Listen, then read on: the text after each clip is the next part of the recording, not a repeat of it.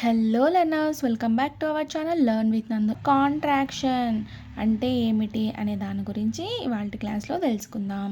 Contraction అంటే ఏమిటి అనే క్వశ్చన్కి ఆన్సర్, కాంట్రాక్షన్ అంటే రెండు పదాలను కలిపి చిన్నగా మార్చడం. రెండు పదాలను వర్డ్స్ని కలిపి చిన్నగా మార్చడాన్ని కాంట్రాక్షన్ అని అంటారు.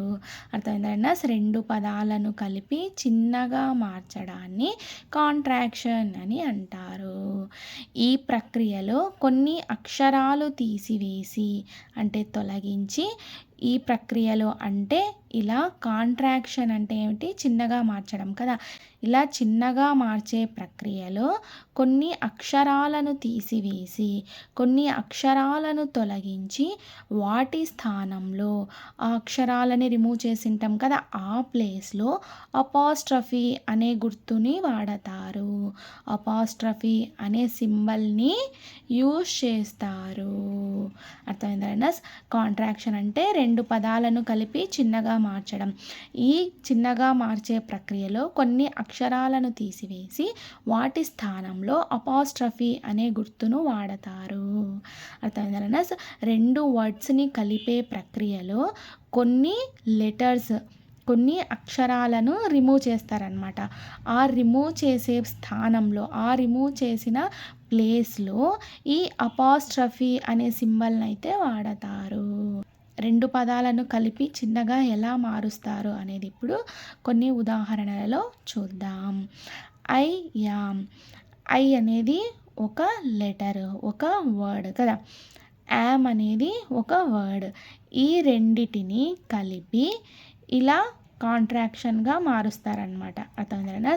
ఐ ప్లస్ యామ్ అయామ్ అవుతుంది. ఇక్కడ ఏ ప్లేస్లో అపాస్ట్రఫీ పెట్టారు, ఏ స్థానంలో అపాస్ట్రఫీ పెట్టారు, ఈ విధంగా అనమాట. అర్థమైందా?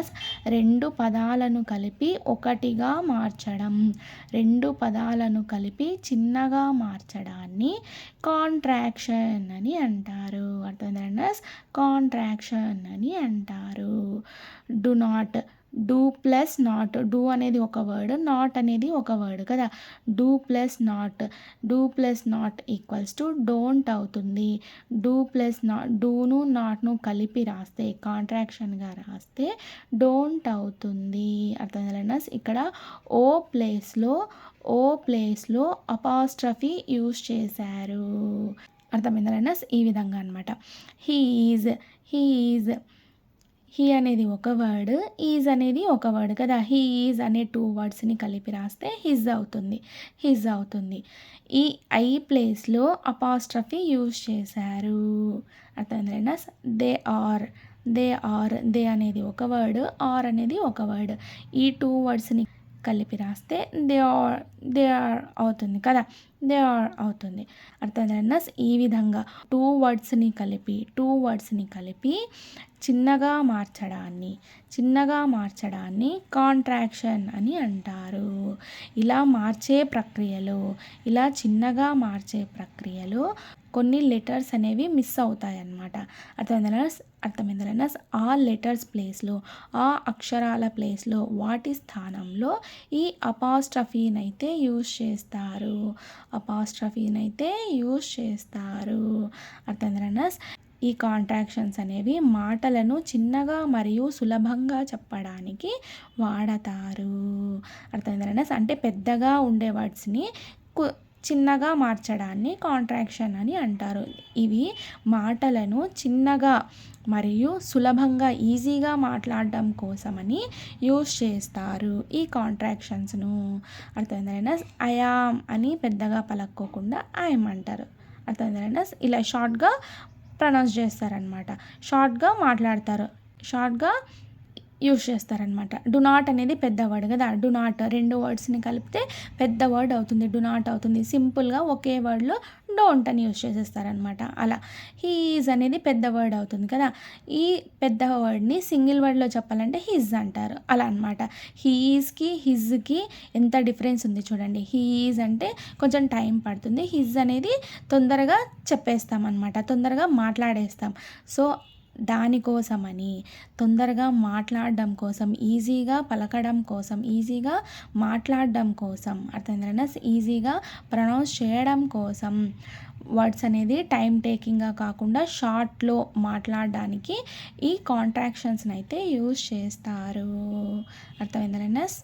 లెంతీగా మాట్లాడే అవసరం లేకుండా లెంతీగా మాట్లాడే అవసరం లేకుండా షార్ట్గా మాట్లాడడం కోసం ఈ కాంట్రాక్షన్స్ని అయితే యూజ్ చేస్తారు. అర్థమైందా? లెంతీగా అంటే ఎక్కువ సేపు పట్టేలాగా మాట్లాడడం కాకుండా షార్ట్గా ఉంటే తొందరగా మాట్లాడేస్తాం కదా. సో అలా తొందరగా మాట్లాడే దానికోసం ఈ కాంట్రాక్షన్స్ని అయితే యూజ్ చేస్తారు. అర్థమైందా? కాంట్రాక్షన్ అంటే రెండు పదాలను చిన్న రూపంలో కలపడం. కాంట్రాక్షన్ అంటే ఏంటి? రెండు పదాలను షార్ట్ ఫామ్లో కలపడాన్ని కాంట్రాక్షన్ అని అంటారు. టూ వర్డ్స్ని షార్ట్ ఫామ్లో కలపడాన్ని కాంట్రాక్షన్ అని అంటారు. అర్థమైందా? సింపుల్గా చెప్పాలంటే కాంట్రాక్షన్ అంటే ఏంటి? రెండు పదాలను చిన్న రూపంలో కలపడం. అర్థమైందా? నోట్ ఏంటంటే గుర్తుపెట్టుకోవాల్సిన విషయం ఏంటంటే కాంట్రాక్షన్స్ని ఎక్కువగా ఇన్ఫార్మల్ ఇంగ్లీష్లో, మాట్లాడే ఇంగ్లీష్లో, ఫ్రెండ్స్ మధ్య కాన్వర్జేషన్లో వాడతారు.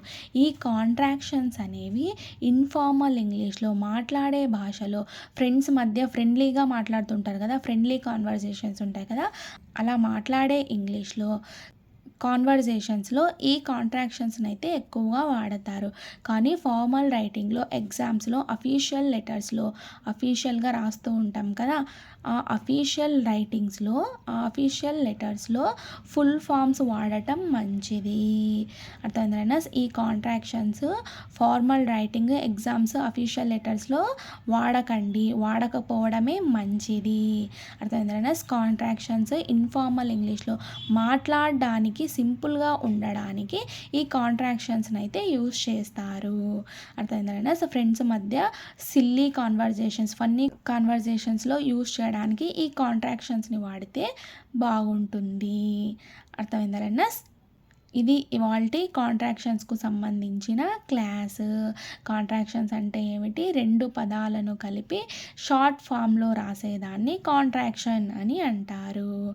అర్థమైందా? Thank you so much for watching this video. Please subscribe to Learn with Nandu channel for more videos. Thank you.